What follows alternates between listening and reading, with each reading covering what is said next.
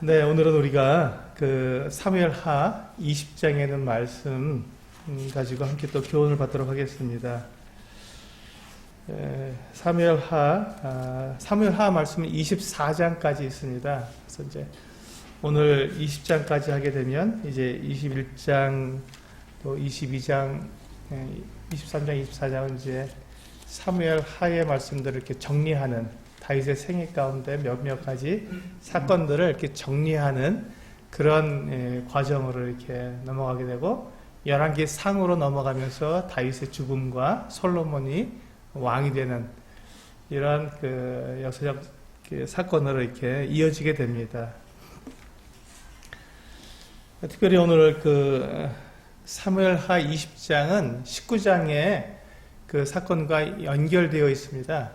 그래서 다윗이 이제 그 마하나임에서 이제 예루살렘으로 이렇게 복권하기 위해서 돌아가고 있는데 지금 유단까지 왔는데 유단에서 이제 이 길을 유단강을 건너는 그 사건을 왕을 모시고 이 유단을 건넌 그 사람들이 주로 유다 지파였고 이스라엘 지파 가운데는 절반 정도밖에 함께하지 못했습니다. 근데 그러다 보니까 그 유다 지파와 이스라엘 지파 간에 이제 그 갈등이 생겼죠. 그 갈등이 생겼을 그때 세바라 하는 사람이 이제 자기의 목소리를 내기 시작했습니다. 근데 이 세바라고 하는 사람에 대해서 성경은 이렇게 소개를 하고 있습니다. 1절에 보니까요. 마침 거기에 유단강에서 이제 예루살렘으로 돌아오려는 그 상황 속에서 그 자리에 불량배 하나가 있다 말씀하고 있어. 불량배라고 소개를 하고 있습니다. 불량배 하나가 있으니 그의 이름은 세바인데 베냐민 사람 비그리의 아들이었더라. 그가 나팔을 불며 이르되 우리는 다윗과 나눌 분깃이 없으며 이새의 아들에게서 받을 유산이 우리에게 없도다. 이스라엘아 각각 장막으로 돌아가라 하며. 여기 보시면 아마도 이 세바라는 사람이 베냐민 지파에 아주 힘이 있는 족장이었던 것 같습니다. 근데 이 사람을 성경에서 소개하기를 불량배라고 하는 걸 보니까 이 사람의 삶의 그 방식과 또 삶의 의향이 자기중심적이고 다른 사람의 어려움이나 다른 사람의 그 곤란한 상황을 이용해서 자기의 이익을 추구하는 그런 사람이었던 것 같습니다.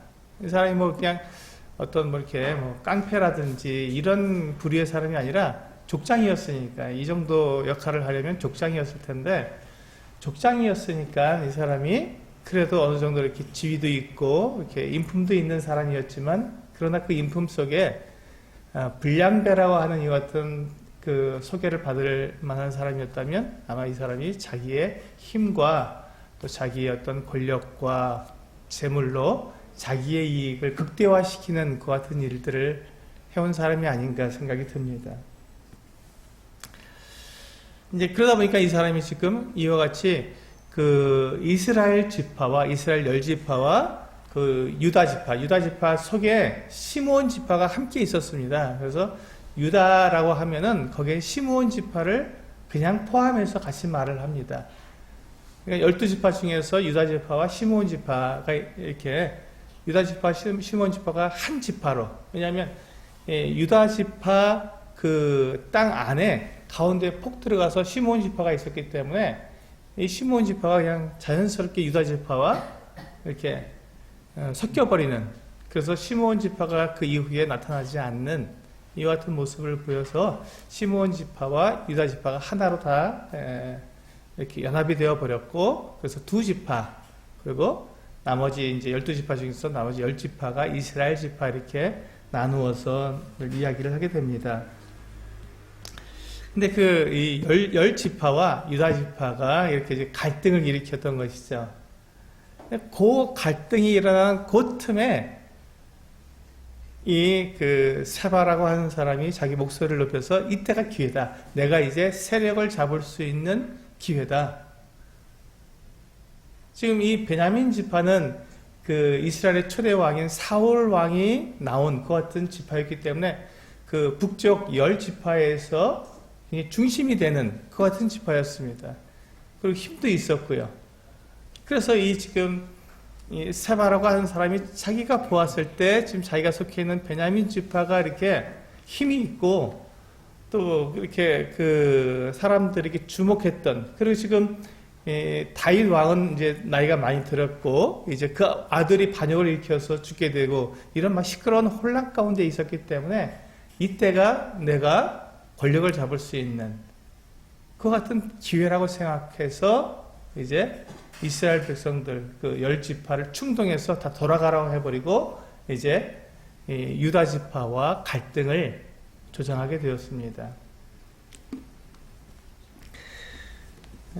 그래서 이제 이와 같이 이 세바가 지금 가지고 있는 이 모습, 세바가 그 같은 그 다른 사람의 어려움과 혼란과 이 그런 그 상황을 이용해서 자기의 어떤 권력을 이렇게 잡아보고 자기를 높이려고 하는 이와 같은 마음을 우리는 야심이라고 말을 합니다. 야심. 그래서 오늘 그 이 사무엘하 20장에 제가 정한 제목은 참된 지도력과 야심은 다르다라는 제목입니다. 참된 지도력과 야심은 다르다.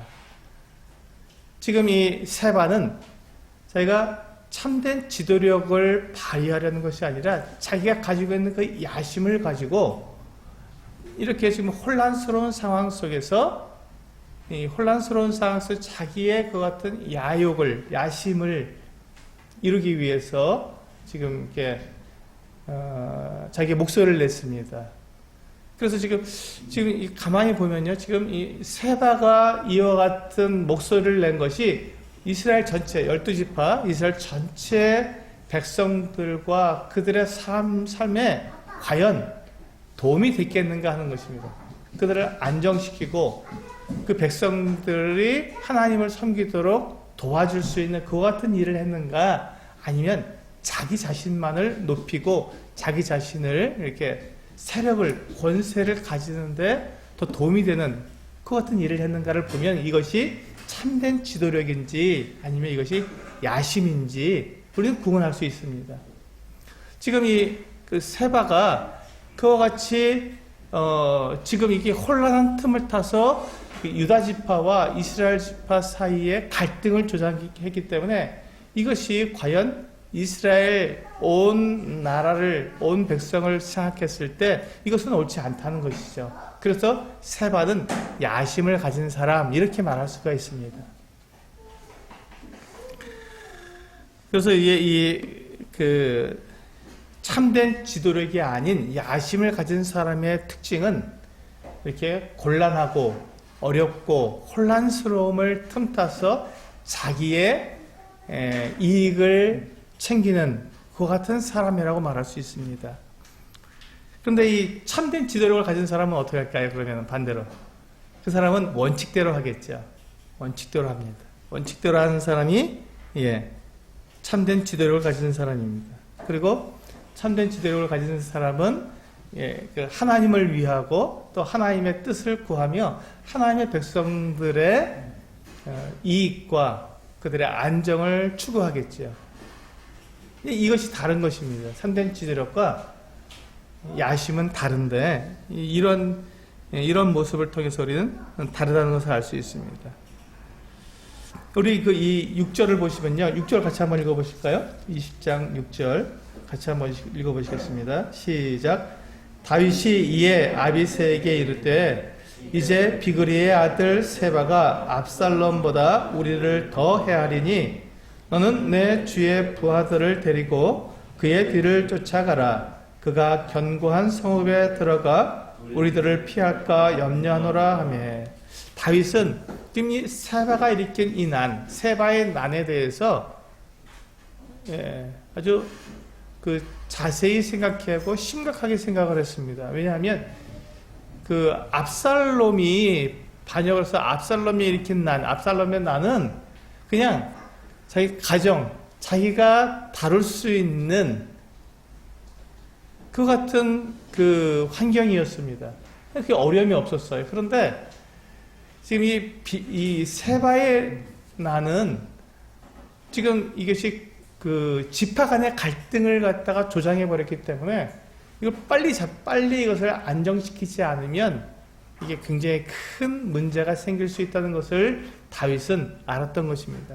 실제로 다윗의 아들 솔로몬이 이제 죽고 그의 아들 르호보암이 왕이 되었을 때 르호보암과 이 지금 그 여로보암이 어느 집안지 제가 요즘은 기억이 잘 안 나요. 네. 그 여로보암이 이제 이 르호보암과 그 갈등이 일어났습니다. 그때 이 여로보암과 르호보암 사이의 갈등이 어떤 갈등으로 바뀌었냐면 지금과 똑같은 갈등으로 바뀌었습니다. 유다 두 지파와 또 이스라엘 북쪽의 10지파의 지파 간의 갈등으로 이게 늘어나 버린 거예요. 두 사람만의 갈등이 아니라 유다 지파와 이스라엘 지파의 갈등으로 비화가 된 거죠. 그래서 결국은 어떻게 됐습니까? 여로보암이 왕이 되어서 북왕국 이스라엘로 나뉘어지고 남왕국은 르호보암 이후에 이제 그 같은 유다 왕국으로 그렇게 이루어지게 되었습니다. 이게 지금 그 전초죠. 계속해서 유다와 북왕국 이스라엘 그 북쪽 이스라엘 지파 사이에 이와 같은 갈등이 계속 일어나고 있었어요. 그것을 지금 계속 우리에게 보여주면서 후에 르호보암 왕 때 이 나라가 둘로 나뉘어지게 된 이와 같은 모습들을 우리가 보면서 이것이 단번에 일어난 일이 아니라 여러 이렇게 그 조짐이 있었던 것이고 여러 가지 그런 이 단계가 있었던 것이라는 걸 우리가 알 수 있습니다. 그렇기 때문에 지금 이 다윗이 이 세바의 난을 보면서 이게 그렇게 자칫 잘못 다루게 되면 그렇게 나라가 둘로 나뉠 수 있는 그런 여지가 있었기 때문에 빨리 그것을 제압하고 싶었습니다. 그래서 이 다윗이 지금 그 압살롬이 그 군대 장관으로 삼았던 이 아마사를 불러서 그에게 이 유다 사람들에게 가서 사흘 동안 군대를 수집해서 이 세바를 이렇게 추적해 나가도록 그렇게 명령을 했습니다. 사흘 동안 이 아마사가 나아가서 군대를 모집해야 했었죠.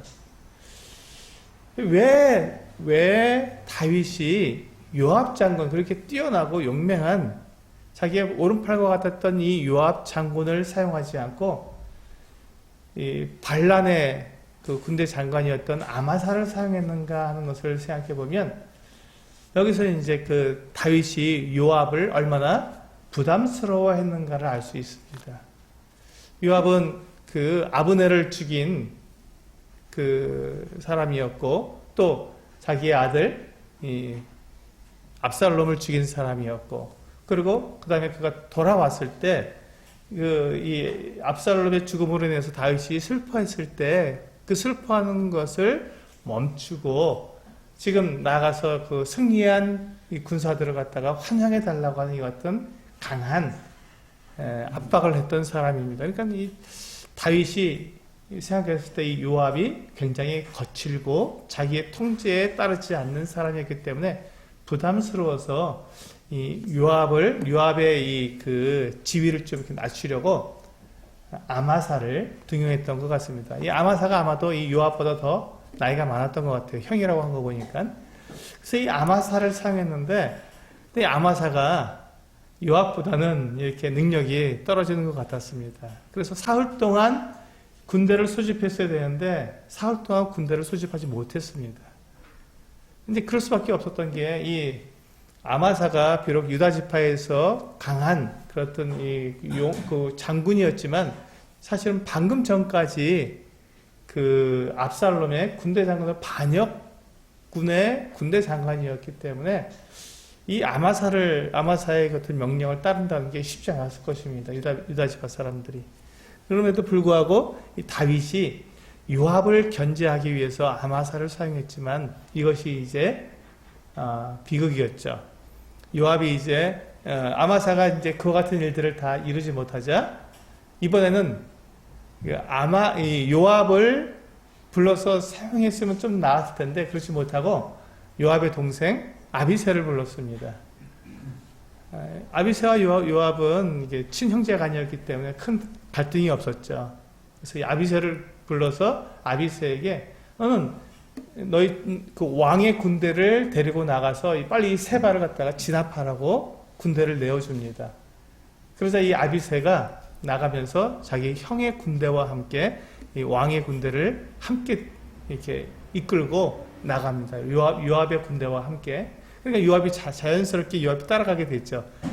요압은 그 명령을 받지 않았지만 다윗 왕의 명령을 받지 않았지만 아비새와 함께 이 세바를 갖다가 진압하려고 나가게 됩니다. 이 요압은 굉장히 다윗 왕의 명령을 따르지 않고 자기 멋대로 했던 이와 같은 모습을 볼 수가 있죠. 그러니까 이 요압도 사실은 야심이 있는 사람이었습니다. 이 압살롬이나 이 세바처럼 어떤 왕이 되려고 하는 그 같은 야심은 아니었지만 자기가 그 나라의 이 이스라엘의 군대 장관으로서 최고가 되고 싶었던 그것은 야심이 있었던 사람이죠. 그래서 이 요압이 이제 함께 나아가다가 참 불행하게도 아마사가 이제 이종사청관이었습니다. 이종사청관이었기 때문에 뭐 이렇게 인사하려고 나왔는데 이 아마사에게 요압이 그 공격을 하게 됩니다. 자기의 이제 그 계획된 공격이죠. 그래서 이렇게 계략을 꾸며서 자기가 이게 그 칼을 차고 허리에다 칼을 차고 하는데 칼을 일부러 떨어뜨립니다. 그러니까 칼이 없으니까 아마사가 안심하고 요압과 인사하려고 갔는데 숨겨둔 칼을 꺼내서 이 아마사를 요압이 죽이게 됩니다. 이 요압은 철저하게 자기 중심에 자기의 권력, 자기의 세력을 빼앗기고 싶지 않은 그것 때문에 아브넬도 죽였으니까 아브넬도 그렇게 해서 죽였고 지금 아마사도 그렇게 죽이는 것이었습니다. 그래서 우리가 이게 지금 계속 그 권력의 그 상층부로 올라갈수록 이와 같이 야심이 있는 사람과 참된 지도자가 섞여서 우리가 그 부분에 대해서 우리는 계속해서 도전을 받게 됩니다. 이제 세바와 요압이 이렇게 야심을 가지고 하나님 없이 자기들의 생각, 자기들의 욕심, 그것을 가지고 지금 나라의 혼란함과 어려움을 틈타서 이렇게 막 자기들의 세력을 더 키우려고 하는 이같이 야심에 가득 찬 행동을 하게 되었을 때 그것을 하나님께서 보시고 이들을 부끄럽게 만드셨습니다. 그러니까 야심으로 일하는 사람들이 잘 되는 것 같은데 그들의 결국은 부끄러움을 당하는 거예요. 그게 오늘 이 사무엘하 20장의 전체 내용입니다. 요압이 이와 같이 아마사도 죽이고 나아가서 이제 세바를 잡기 위해서 나가게 되는데 이 세바가 이제 자기가 이제 그 군대를 이끌어서 세력을 집결해서 이제 그가 권세를 잡기 위해서 한 성에 들어가야 했는데 그것이 저 북쪽에 단 근처에 있는 이 아벨이라는 성으로 가게 되었습니다. 아마 이 성이 굉장히 견고한 성이었고 거기에서 세력을 집결하기에 좋았던 성이었던 것 같습니다. 그 아벨이라는 성에 들어가서 거기서 이제 세력을 집결하고 있다는 소리를 이 요압이 듣고는 그 아벨이라는 성으로 곧장 진격해 나아갔습니다. 그리고 이제 그 아벨성에 숨어 있으니까 아벨성 옆에 이제 그 언덕에다가 토성을 쌓고 이게 이제 공성법인데요. 이게 성 밑에서 성을 공격하는 게 굉장히 어려우니까 성 높이하고 똑같은 흙으로다가 이제 계속 쌓아 올려서 토성을 쌓습니다. 높이가 비슷해지면 바로 거기서 이제 서로 화살을 쏘면은 이쪽이 무력화시킬 수 있기 때문에 토성을 쌓아서 성 옆에다가 이제 이렇게 높은 토성을 쌓습니다. 그렇게 토성을 다 쌓고 이제 공격하려고 하니까 지금 이 아벨 성 사람들은 이게 난리가 났죠. 도대체 이게 무슨 일인가? 이게 도대체 무슨 일인가 하는 이 어떤 큰 일이 난 것입니다. 요압 장군이 와서 막 그 성을 완전히 포위해버리고 거기다 토성을 쌓아서 이제 막 공격하려고 하니까 큰 일이 난 것입니다. 그때 이 아벨 성에 아주 지혜로운 여인이 한 사람이 있었습니다. 이 사람 대단히 지혜로운 사람이었던 것 같습니다. 우리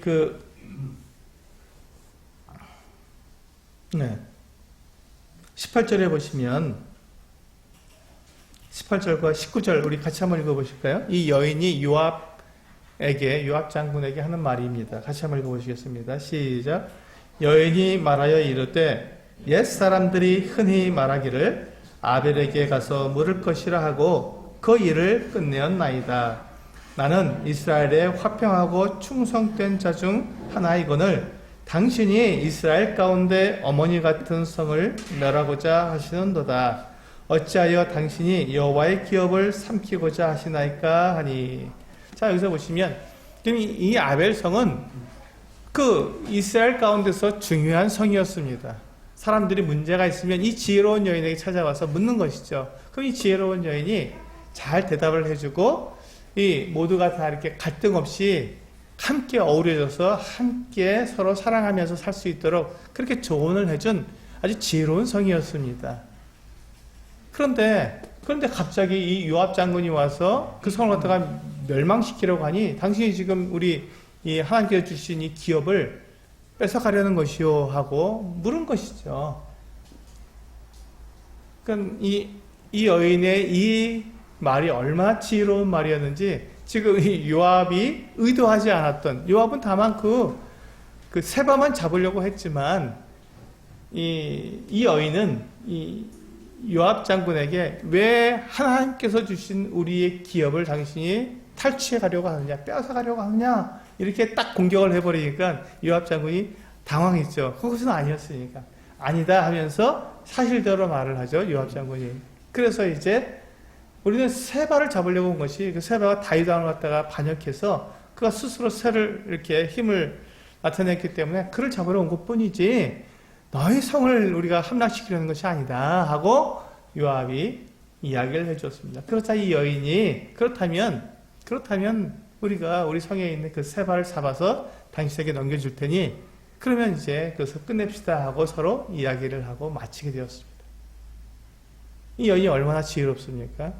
이 요압 장군이 왜 지금 자기가 살고 있는 성을 갖다 공격하는지 정확하게 알기 위해서 지금 한 여인이 그 나라의 군대 장관, 최고 군사령관인데 그 사람과 직접談판을 하고 있는 이 모습을 보면 얼마나 담대하고 그리고 얼마나 지혜로운 사람인지 알 수 있습니다. 이 여인은 이름도 나와 있지 않죠. 누군지 모릅니다. 그냥 아벨성의 한 지혜로운 여인입니다. 근데 이 여인이 한 일은 무엇입니까? 자기의 어떤 이익을 위해서나 자기의 어떤 그런 야심을 위해서 이 같은 일을 한 것이 아니라 그는 이름도 없이 빛도 없이 그 아벨성을 지키기 위해서 자기 백성들을 안전하게 지키기 위해서 이 요압 장군과 지금談판을 벌인 거예요. 그러니까 지금 이 지혜로운 여인은 어떤 사람입니까? 참된 지도자의 모습이죠. 두려움을 이기고 나아가서 지혜롭게 도대체 우리가 어떻게 해야 우리가 안전한지 아무 갈등 없이 이 문제를 해결할 수 있는지를 알아보고 거기에 대한 해결 방법을 가지고 돌아와서 그것을 그대로 실행해서 이 세바를 그 성 사람들이 못 달려들어서 세바를 잡아서 그를 죽여서 내던져줬으니 그건 쉽죠. 어려운 일이 아니지 않습니까? 지혜롭게 했습니다, 이 여인이. 그렇게 해서 지금 아벨성이 아무런 정말 이유 없이 공격당해서 지금 큰 어려움에 빠질 뻔한 그 성을 이 지혜로운 여인이 그 혼란한 틈에 자기의 어떤 힘과 자기의 어떤 명예를 드러낸 것이 아니라 그 아벨성 사람들, 자기의 백성들을 갖다가 안전하게 지켜준 그와 같은 리더십을 발휘하게 된 것이죠. 이것이 참된 지도력입니다. 그러면서도 이 여인은 자기가 누군지 성경에 나와 있지 않습니다. 이 여인은 자기를 밝히지도 않았어요. 그리고 이 여인은 그것으로 다 끝난 거예요. 요압에게 무엇을 요구하지도 않았습니다. 그런데 이때 어땠습니까? 지금 이 세바라고 하는 사람, 이 혼란한 틈을 타서 자기의 세력을 규합하려고 했던 이 세바라고 하는 사람, 이 야심에 찬 사람, 또 요압, 왕의 명령을 받지도 않고 자기가 스스로 나가서 지금 이렇게 세바를 붙잡아다가 자기의 명예를 높이려고 했던 이 요압, 이 두 사람이 이 한 지혜로운 여인 앞에 부끄럽게 된 거죠. 요압이 세바를 잡은 것이 아니라 이 여인이 잡았습니다. 여인이 영광을 얻은 것이죠. 그리고 이 세바 같은 사람도 그 아벨성에 들어서 자기가 새를 모집하려고 했는데 이 여인에게 잡혀서 죽게 된 것이죠. 얼마나 부끄럽습니까? 그가 이 같은 난을 일으킨 지 얼마 안 돼서 불과 며칠 안 돼서 이렇게 그만 이 한 여인에게 붙들려서 죽게 된 이 같은 모습이었습니다. 그렇습니다. 이 참된 지도력이 아니라 이 야심을 가지고 자기를 높이고 이 혼란하고 어려운 틈을 타서 자기의 그 어떤 야욕을 드러내는 사람은 부끄러움을 당하는 것입니다. 하나님이 살아계시기 때문에 부끄러움을 당하는 거예요. 이 한 여인, 지혜로운 여인에게 부끄러움을 당했습니다. 그리고 이제 이 요압도 자기가 막 그 아벨성을 쳐서 막 해서 이제 이 세바를 잡아다가 아주 멋지게 이렇게 끌고 갔어야 되는데 이 여인이 그냥 잡아서 던져줌으로 그냥 아무 소리 없이 조용히 돌아갈만 했었습니다. 물론 이 일을 통해서 이제 그 다음에 보면은 이제 마지막 부분에 보면은 요압이 이스라엘 온 군대의 사령관이 됩니다. 우리가 이제 이런 모습을 보면서 여기서 이 지금 강력하게 대비되는 두 부류가 있죠. 참된 지도력을 가진 이 이름 없는 지혜로운 한 여인과 세바나 요압처럼 자기가 자기의 어떤 이익을 위해서 막 애를 쓰고 야심을 가지고 자기를 높이려고 하는 이 모습과 두 모습이 대비가 됩니다. 이 두 모습을 봤을 때 저는 제가 제 머릿속에 떠오르는 것은 이 여인은 얼마나 안연하게, 평안하게, 그리고 담대하게 그 원칙대로 이렇게 행했는가, 하나님 앞에서 행했는가. 이게 딱 떠오르고요. 세바나 그 요압은 그거 없이 자기들 힘으로 막 애써서 여러 가지 그 계략과 여러 가지 막 그 분요하는 마음속, 요동치는 마음속에 이 생각 저 생각 있게 적게를 다 내서 막 이렇게 요동치는 그 같은 마음, 흔들리고 막 정신없는 이와 같이 분요한 마음과 안전한 마음, 이 두 마음이 딱 대비가 되면서 참 참된 지도력을 가진 사람은 정말 흔들리지 않는구나. 그러나 야심을 가진 사람은 계속해서 불안하고 어떻게든지 자기 꾀로, 자기 힘으로 무언가를 이루어야 되니까요. 그런 모습을 보게 되었습니다. 하나님은 이 지혜로운 한 여인을 통해서 세바라고 하는 이 강력한 사람, 요압이라고 하는 이 강력한 군대 장관을 부끄럽게 만드셨습니다. 이게 참된 지도력의 아름다운 모습입니다. 우리 이 같은 모습이요, 신약성경 요한 3서에 보시면 비슷한 모습이 또한 나옵니다. 요한 3서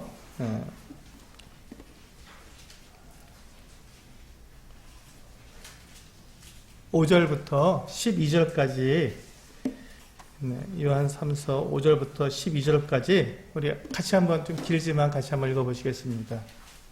요한 3서 5절부터 12절까지 같이 읽겠습니다. 시작. 사랑하는 자여, 내가 무엇이든지 형제 곧 나그네 된 자들에게 행하는 것은 신실한 일이니 그들이 교회 앞에서 너의 사랑을 증언하였느니라. 내가 하나님께 합당하게 그들을 전송하면 좋으리로다. 이는 그들이 주의 이름을 위하여 나가서 이방인에게 아무것도 받지 아니함이라. 그러므로 우리가 이 같은 자들을 영접하는 것이 마땅하니 이는 우리로 진리를 위하여 함께 일하는 자가 되게 하려 함이라. 내가 두어 자를 교회에 썼으나 그들 중에 으뜸되기를 좋아하는 디오드레베가 우리를 맞아들이지 아니하니 그러므로 내가 가면 그 행한 일을 잊지 아니하리라.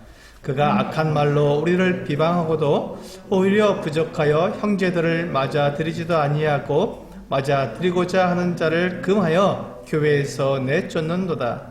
사랑하는 자여, 악한 것을 본받지 말고 선한 것을 본받으라. 선을 행하는 자는 하나님께 속하고 악을 행하는 자는 하나님을 배웁지 못하였느니라. 데메드리오는 뭇사람에게도 진리에게서도 증거를 받았음에 우리도 증언하노니 너는 우리의 증언이 참된 줄을 아느니라. 네. 여기 보시면 여기도 두 부류가 나옵니다. 참된 지도력을 가진 이 데메드리오라는 사람과 야심을 가진 이 디오드레베라고 하는 두 사람이 나옵니다. 우리가 초대교회 때 오늘 요한 선수 방금 읽은 이 본문을 우리가 생각할 때 초대교회 때의 그 배경을 좀 이해하시면 좋겠습니다. 초대교회 때는요, 지역교회들이 이렇게 그 여러 지역의 교회들이 지역교회들이 세워져 있었고 그 지역교회들이 지금처럼 이렇게 통신망이 좋지 않기 때문에 이게 서로 이렇게 가르치고 연락하기 위해서 순회 사역자들을 두었습니다. 첫 번째 순회 사역자가 사도들이었죠. 사도들이 순회를 했습니다. 그래서 사도들이 또한 그 인정한 사도들과 함께 동역하는 그와 같은 사람들을 세워서 그들로 하여금 동일하게 순회하면서 복음도 전하고 또 순회하면서 각 교회에 가서 교회의 가르침, 올바른 가르침을 가르쳐주고 잘못된 것이 있으면 바로잡고 그렇게 해서 교회가 하나가 되도록 그렇게 일을 했습니다. 그런데 이 순회 사역자들은 계속해서 지역 있는 교회들을 다녀야 했기 때문에 궁핍했습니다. 굉장히 가난하게 살았어요. 돈이 없었습니다. 그렇죠. 이렇게 다녀야 되니까요. 다니는데 필요한 같은 여비도 없었고 그냥 정말 옷과 지팡이와 신발만 가지고 이렇게 다녔던 것이죠. 주님께서 말씀하신 것처럼. 그래서 이제 6절에 보시면 네, 그들이 교회 앞에서 너의 사랑을 증언하였습니다. 내가 하나님께 합당하게 그들을 전송하면 좋으려다. 자, 이 사람들이 왔다가 갈 때, 거기 왔을 때는 이제 어느 집에 들어가서 영접해주면 거기서 먹고 지내다가 갈 때, 그들이 또 이제 여행을 가야 되니까 여비가 필요하죠. 그때 여기서 보면 이게 그들을 합당하게 그들을 전송하라는 말은 여비를 주어서 보내라는 말입니다. 그래서 그들이 여행하는데 어렵지 않도록 그렇게 그들을 도와주라 하는 말이었습니다. 7절에 보시면 그것을 이제 우리에게 증명해 주는데요. 7절을 보시면 이는 그들이 주의 이름을 위하여 나가서 이방인에게 아무것도 받지 아니함이라. 예. 믿지 않는 자들에게는 이렇게 공개를 받지 않고 도움을 받지 않고 믿는 자들 교회 안에서만 도움을 받기 때문에 궁핍하다는 것이죠. 그래서 8절에 보시면 그러므로 우리가 이 같은 자들을 영접하는 것이 마땅하니 이는 우리로 진리를 위하여 함께 일하는 자가 되게 하려 함이라. 그런 사람들을 영접해서 도와주고 또 공개해주고 그 다음에 또 여행할 수 계속해서 그 일을 감당할 수 있도록 여비를 주는 것은 합당한 일이다, 마땅한 일이다 이렇게 가르쳐주고 있습니다. 이런 일들을 통해서 이제 초대교회 때 여러 지역에 있는 여러 교회들이 하나가 되고 서로 연락이 되고 가르침이 통일이 되는 이런 놀라운 아름다운 일들이 있었습니다. 그런데 지금 이 디오드레베라고 하는 이 사람이 나타난 거죠. 이 사람이 아마 그 한 지역교회의 장로였던 것 같습니다. 그런데 이 사람은 순수한 마음으로 교회를 돌아본 것이 아니라 자기가 으뜸되기를 좋아한다고 말을 했습니다. 이 사람이 야심이 있는 사람이죠. 그러니까 자기를 으뜸되게 만드는 거니까 이 사람은 야심을 가진 사람입니다. 올바른 참된 지도력, 참된 리더십을 가진 사람이 아니라 그냥 자기를 높이고 싶은 마음의 장로까지 되었던 것이죠.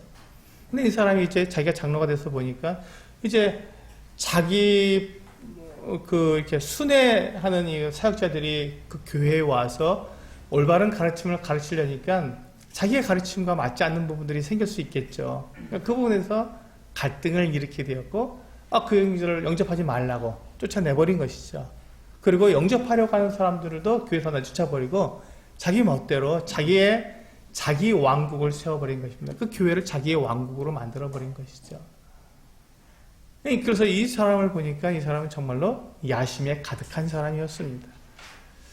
그랬을 때 이 사도 요한이 그 이야기를 듣고는 내가 곧 가서 그에 대해서 알아보고 그를 갖다가 징계할 것을 이야기하고 있습니다.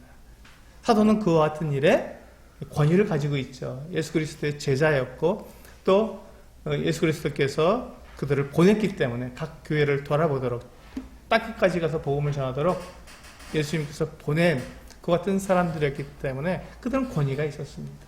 교회에 대해서 책임이 있었고요. 그래서 이제 이 사도 요한이 이제 내가 가서 그들을 이 디오드레베를 지금 저희가